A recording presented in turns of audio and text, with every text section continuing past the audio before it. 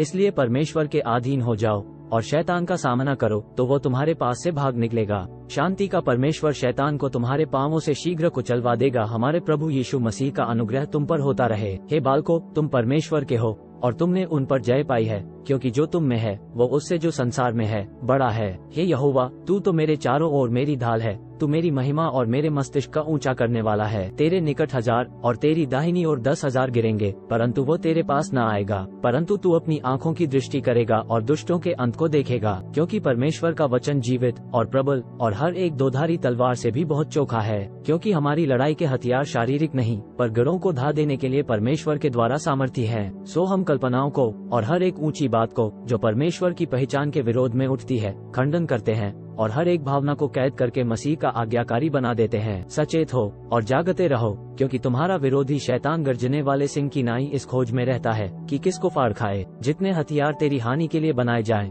उनमें से कोई सफल न होगा, और जितने लोग मुद्दई होकर तुझ पर नालिश करें, उन सबों से तू जीत जाएगा। परमेश्वर के सारे हथियार बांध लो कि तुम शैतान की युक्तियों के सामने खड़े रह सको, क्योंकि हमारा यह मल्लयुद्ध लोहू और मांस से नहीं, परंतु प्रधानों से और अधिकारियों से और इस संसार के अंधकार के हाकिमों से और उस दुष्टता की आत्मिक सेनाओं से है जो आकाश में है। परंतु इन सब बातों में हम उसके द्वारा जिसने हमसे प्रेम किया है जयवंत से भी बढ़कर हैं। परंतु परमेश्वर का धन्यवाद हो जो हमारे प्रभु यीशु मसीह के द्वारा हमें जयवंत करता है, न तो बल से और न शक्ति से, परंतु मेरे आत्मा के द्वारा होगा। मुझ सेनाओं के यहोवा का यही वचन है।